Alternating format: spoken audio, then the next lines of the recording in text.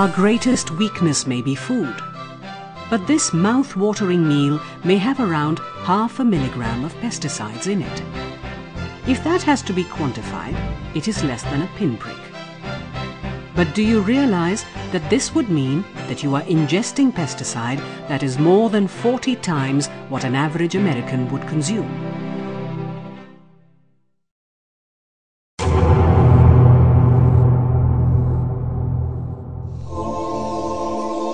All pesticides are lethal poisons. In India, indiscriminate and unregulated use of pesticides is poisoning land, water, air and food. India spreads out nearly 90,000 tons of pesticides on its fields, making it one of the largest users in the world. Farmers use pesticides carelessly. Some use the wrong chemical, while others overuse. Many harvest immediately after spraying.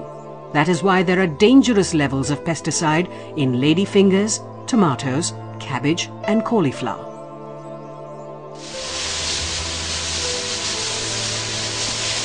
This is not rain. It is pesticides being sprayed on grape vineyards in Nasik. Harmful fungicides are used to ripen fruits so that it could be rushed to the market. If your cauliflower looks fresh and white, it is because it has been dipped in pesticide. Consumers would rather not buy the natural one, that is a pale yellow. Pesticide residues in vegetables, fruits, pulses, grains and water can cause numerous health complications like cancer, genetic defects and impotency. The toxins are here. The slow poisoning of India is threatening our lives.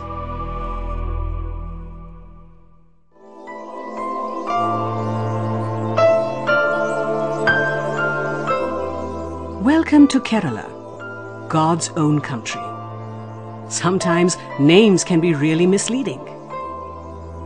Take this area in Kasaragod. It is called Swarg. In Hindi and Malayalam, Swarg means heaven. Nothing could be more ironical. For those in Swarg, this is no heaven, as it is plagued by disease and tragedy.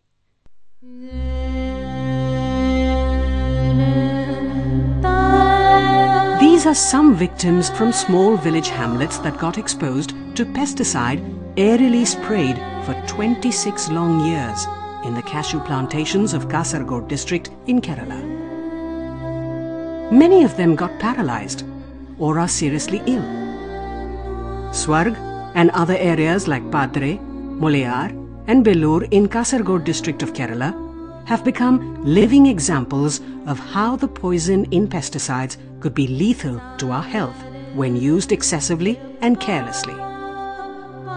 The area is dotted with tragedy-stricken families battling physical deformities, cancers and disorders of the central nervous system.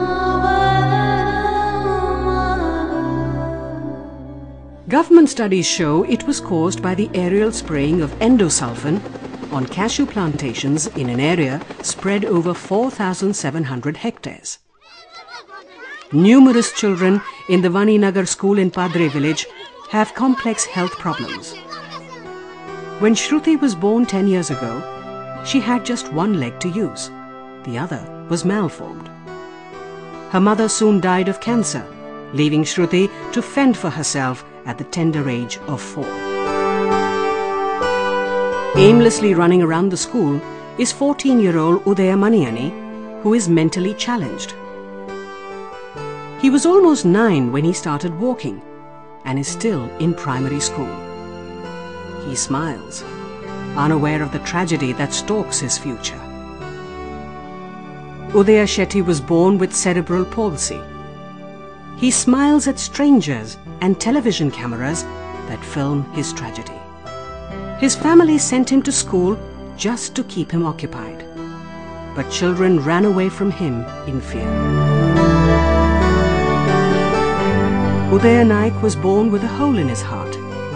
He needs open heart surgery, but his family cannot afford it.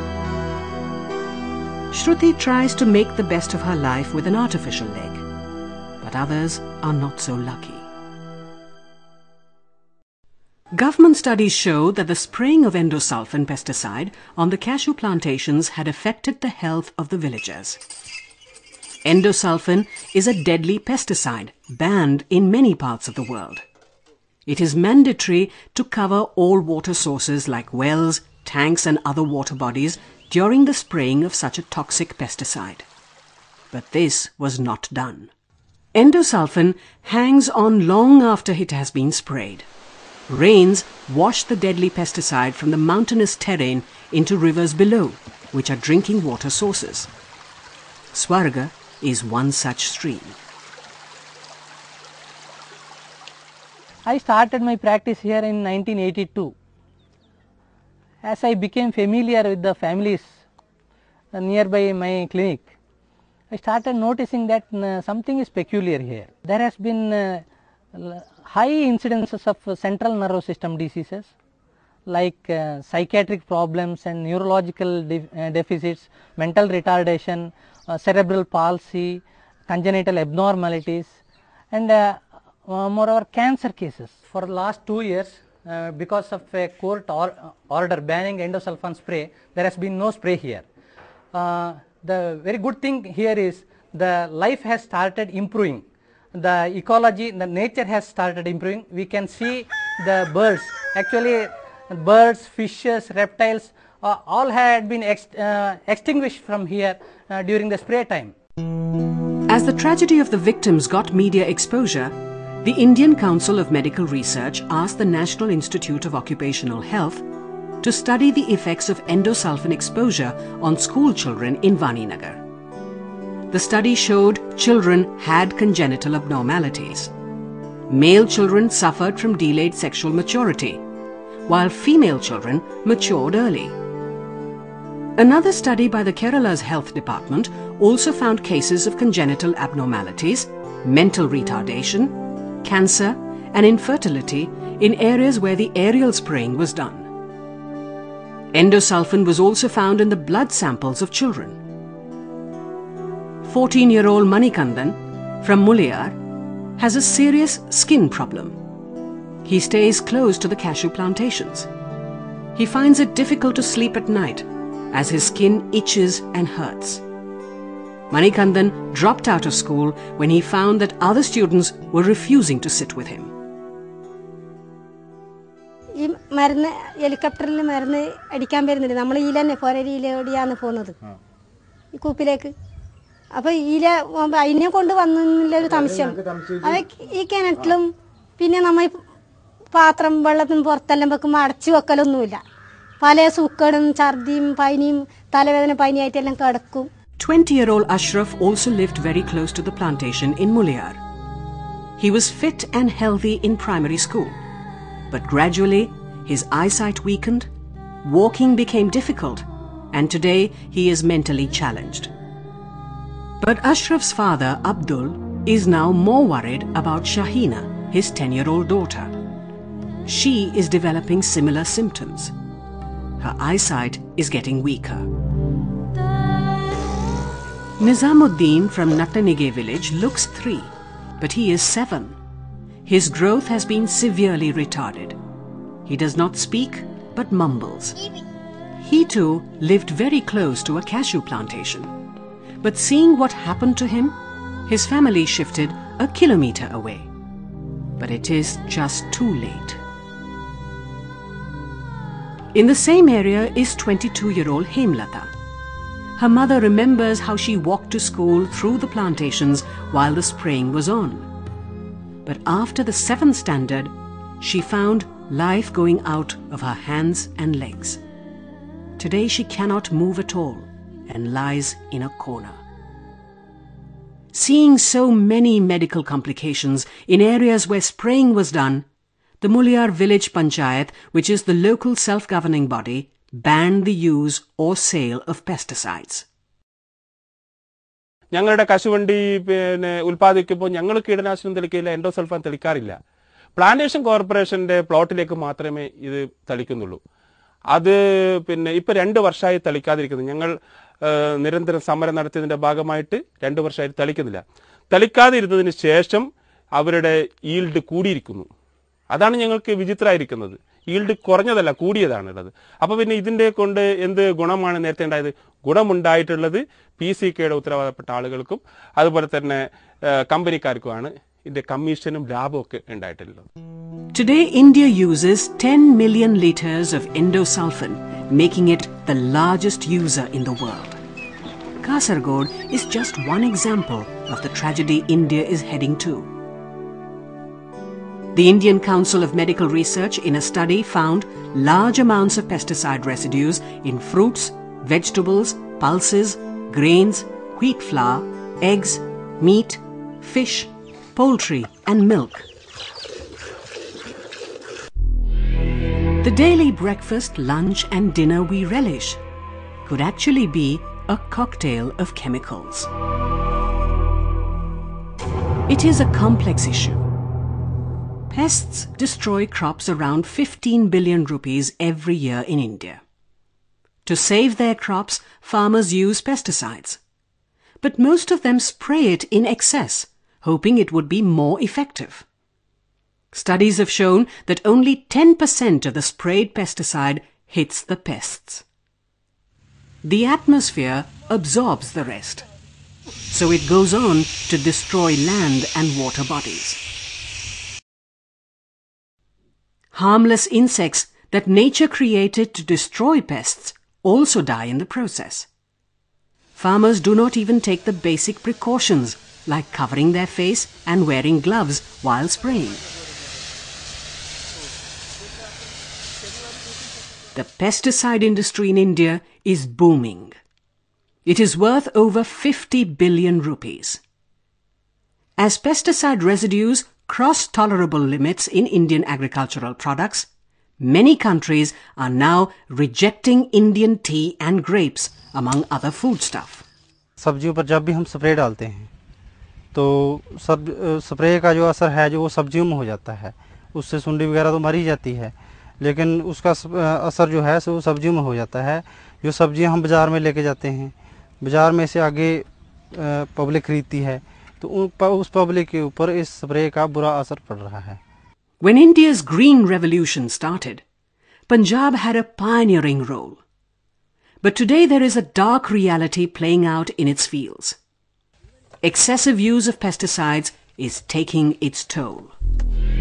Its topsoil and water bodies are contaminated with chemicals.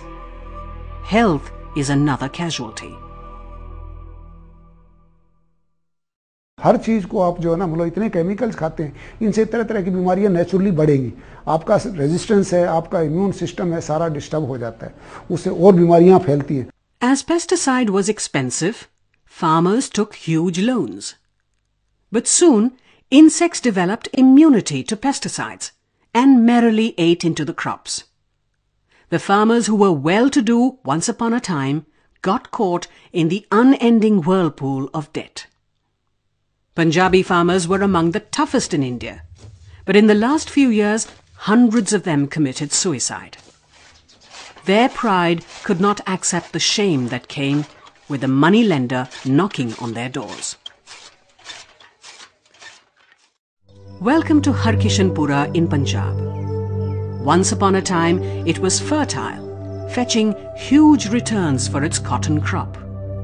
Today, villagers are struggling with huge debts that came with chemical farming. The land and water has been devastated with poison. Every year brings in more losses. The local self-governing body in the village has announced that Harkishanpura is up for sale. Almost every family reels under debt as high as 600,000 rupees. ਪਹਿਲਾਂ ਜਿਹੜੀ ਸਾਡੀ ਸਾਰੇ ਪਿੰਡ ਦੀ position ਬਹੁਤ ਠੀਕ ਸੀ, ਕੋਈ ਸਾਡੇ ਜਿਵੇਂ ਕੋਈ ਕਰਜ਼ਾ ਨਹੀਂ ਸੀ, ਵਧੀਆ ਆਪਦਾ ਚੰਗੀ ਫਸਲ ਕਰਦੇ ਸੀ, ਚੰਗਾ ਖਾਂਦੇ ਪੀਂਦੇ ਸੀ. ਉਦੋਂ ਬਾਅਦ ਜਦੋਂ ਨਰਮੇ ਦੇ ਵਿੱਚ ਸੁੰਡੀ ਪੈਣ ਲੱਗੀ, ਨਰਮਾ ਹੋਣੋਂ ਹਟ ਗਿਆ, ਅਸੀਂ ਉਹ 'ਤੇ ਖਰਚ ਕਰੀ ਗਏ. ਬਹੁਤ ਸਪਰੇਹਾਂ 30-35 ਸਪਰੇਹਾਂ ਅਸੀਂ ਨਰਮੇ 'ਤੇ ਕਰਦੇ ਰਹੇ ਹਾਂ. ਉਹਨਾਂ ਦਾ ਕਾਫੀ ਖਰਚਾ ਸਾਡੇ ਜਿੰਮੇ ਪੈ ਜਾਂਦਾ, ਪਰ ਨਰਮਾ ਬਿਲਕੁਲ ਨਹੀਂ ਸੀ ਹੁੰਦਾ. Instead of destroying the pesticide containers, villagers reuse them to store foodstuff. This is a family that uses it to store curd. ਅਸੀਂ ਖੇਤ ਸਪਰੇਅ ਕਰਦੇ ਜਦੋਂ ਬਾਲਟੀ 'ਚ ਘੋਲ ਕਰਦੇ ਹਾਂ, ਉਹੀ ਬਾਲਟੀ ਧੋ ਕੇ ਉਹਦੇ ਬਾਅਦ 'ਚ ਅਸੀਂ ਘਰੇ ਲਿਆਉਣੇ ਆ, ਉਸੇ 'ਚ ਪਾਣੀ ਪੀਣੇ ਆ, ਉਸੇ 'ਚ ਨਹਾਉਣੇ ਆ। ਜਿਹੜਾ ਡੱਬਾ ਹੁੰਦਾ ਉਹ ਅਸੀਂ ਘਰੇ ਲਿਆਉਣੇ ਆ, ਔਰ ਲੈਟਰਿੰਗ ਹਰੇਕ ਦੇ ਘਰੇ ਪਿਆ। India gloated over the success of the Green Revolution that introduced pesticides and agrochemicals. But it failed to see what it did in terms of destroying the rich biodiversity. Pesticides have persistent organic pollutants within that can dangerously hang around in our ecosystem for decades. If it settles on land and water bodies, it could result in neurological disorders, weakening of the immune system, and play havoc with the endocrine system, affecting growth and reproduction. It is little wonder that in areas where pesticide use is rampant, genetic disorders and infertility clinics are thriving. One of the persistent organic pollutants is DDT. India still uses a large amount of DDT, though it is officially banned in agriculture. Studies have even shown pesticide in breast milk samples from Punjab. Scientists at the National Cancer Institute in the United States say that exposure to pesticides could cause cancer. Pesticides enhance the risks of cancer by acting as carcinogens. Studies have shown that pesticides suppress the immune system, allowing cancerous cells to escape and form a tumor. ਜਿਹੜਾ ਬੰਦਾ spray ਕਰਕੇ ਆਉਂਦਾ ਉਸ ਨੂੰ ਰਾਤ ਨੂੰ ਅਸੀਂ ਸੌਣ ਨਹੀਂ ਦਿੰਦੇ ਜੀ, ਵੀ ਕਿਤੇ ਸੁੱਤਾ ਪਿਆ ਹੀ ਨਾ ਰਹਿ ਜੇ। ਅੱਖਾਂ ਦੇ ਵਿੱਚ ਵੀ ਬਹੁਤ ਖੁਰਕ ਹੁੰਦੀ ਹੈ ਜੀ। ਬਾਕੀ ਜਿਹੜੀ ਆਹ ਚਮੜੀ ਤੇਰਾ ਬਹੁਤ ਜ਼ਿਆਦਾ ਅਸਰ ਹੁੰਦਾ ਜੀ, ਚਮੜੀ ਦੇ ਉੱਤੇ ਖੁਰਕ ਹੁੰਦੀ ਰਹਿੰਦੀ ਹੈ, ਪਿੰਡੇ ਦੇ ਉੱਤੇ ਚਮੜੀ ਰੋਗ ਲੱਗ ਜਾਂਦੇ ਜੀ। ਤੇ ਮਗਰੋਂ ਕਹਿਲੋਟਾ ਲੱਗਦਾ ਜੀ ਜਿਵੇਂ ਬੰਦੇ ਦੀ ਉਸਦੀ ਦਾਰੂ ਪੀਤੀ ਹੁੰਦੀ ਹੈ, ਨਸ਼ਾ ਬਹੁਤ ਹੁੰਦਾ ਜੀ ਵਿੱਚ ਉਹਦੇ। The presence of adulterated pesticides in the Indian market is more dangerous. Due to weaker chemicals, pests do not die, but quickly develop resistance. Man is finding more and more use for the chemical, but the regulatory agencies have not kept pace with that. So the whole objective is defeated, making the area a free lawn for these people to play. The gross violation of human rights. This cannot happen anywhere else, but the people will revolt. This apathy, the kind of apathy from the government, regulatory agencies and the multinational companies are really mind-boggling in this country. Unless something is done quickly and effectively, situation may go out of control and this nation will soon become a sick state. Over 600 farmers in Nasik district have switched from chemical farming to organic farming. This has come out of the realization that organic farming is the only way out to breathe life into their degraded land. Nasik has large grape farms that pump in pesticides worth 40 to 60,000 rupees per acre. A study on female grape workers in India found that exposure to pesticides led to a high rate of abortions. Abhilash Gorhe, who grows grapes, pulses and cereals in Nasik, has completely shifted to organic farming. After a bout of chemical farming, he opted to grow food that is free of poison. His farms are full of flowers and butterflies. He lets the weeds grow as it is a part of the natural ecosystem in a field. No wonder then that natural predators like black ants are actively eating the pests that attack his grape orchard. He's teaching other farmers to use leaves of various plants like the papaya, castor and custard apple to make biopesticides. When Madhav Rao Barve from Kothure village of Nasik in Maharashtra started farming 50 years ago, there were no pesticides. He used natural elements like neem and castor cakes to fight pests. Then came pesticides. Initially, the yield shot up, but it soon fell as the land got poisoned. Today, Madhav Rao is back to organic farming. His organically grown sugarcane earns him higher profits as he does not have to invest in expensive pesticides. Every year, his yield improves as the soil on his farm is getting richer. Increasingly, farmers are trying to get out of the poison spiral. Using traditional Indian knowledge, they are whipping up portions and powders using plant extracts and animal waste to produce food that is rich and pure. They are using herbal pesticides like neem. As no chemicals are used, natural enemies of pests like birds and insects are thriving. Farmers like Tokiamodu in Warangal are now actually sticking in tree branches in the midst of their fields so that birds can perch on it and train their eyes on pests for their next meal. Green farming is finally in. These green farmers are waging a silent biological war against pests and are winning. This is the silver lining in an otherwise bleak scenario. Indian scientists at the Energy and Resources Institute in New Delhi have found faster ways to degrade pesticides like Endosulfan in 15 days that would otherwise have taken decades. It is also working on development of plant-based pesticides that are environment-friendly and biodegradable. Out of the country's total pesticide consumption, 55% is consumed by cotton farming alone. Andhra Pradesh, which is heavily into cotton farming, spreads pesticide worth 7 billion rupees on its fields. Nature created 27 natural predators of the American bollworm that attacks the cotton plant. But pesticide kills the predators even before the bollworm has come on the scene. There are more than 13,000 pesticide peddlers in Warangal itself. A few years ago, farmers moved from traditional crops to cotton as the profits were high. But with pests becoming immune to poison, their losses started piling up. The story of Punjab was being played once again in Warangal. Cotton farmers are now caught in the pincer of debt. Hundreds committed suicide, unable to pay the piling debts that came with heavy investments in pesticide. As pesticide is easily accessible, farmers or their family members were tempted to consume it to escape from the harsh realities of poverty.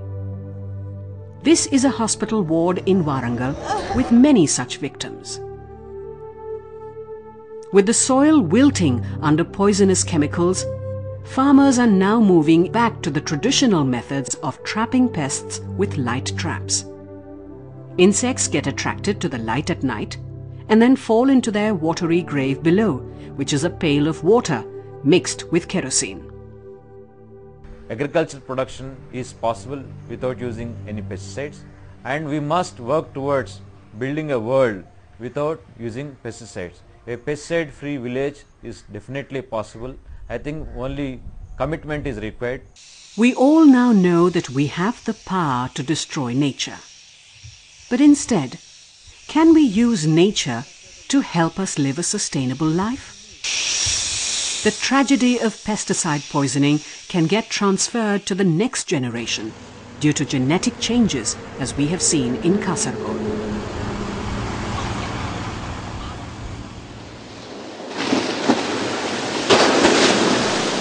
The frightening story of how India is being poisoned may not have easy solutions. But the longer we take to find answers, the shorter will be our lives.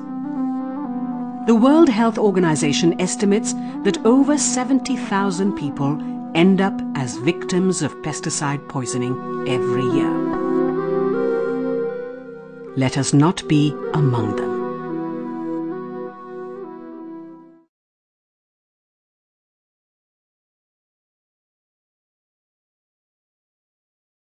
పానుగాకులు తెచ్చి బురద పొలంలోన భాగములుగా పెట్టి బురద పొలంలోన భాగములుగా పెట్టి చేసినోళ్ళంతా మందులేసి పంట పండించలేదు పశువుల పెండ ఆకులు అలములు ఒక్క దగ్గరేసి భాగములుగా పెట్టి పక్క దగ్గరేసి బాగా మురుగా పెట్టి ఉరిగిన ఎరువును మెట్ట భూములేసి ఉరిగిన ఎరువును మెట్ట భూములేసి ఎక్కడ వ్యవసాయం చేసిన వాళ్ళంతా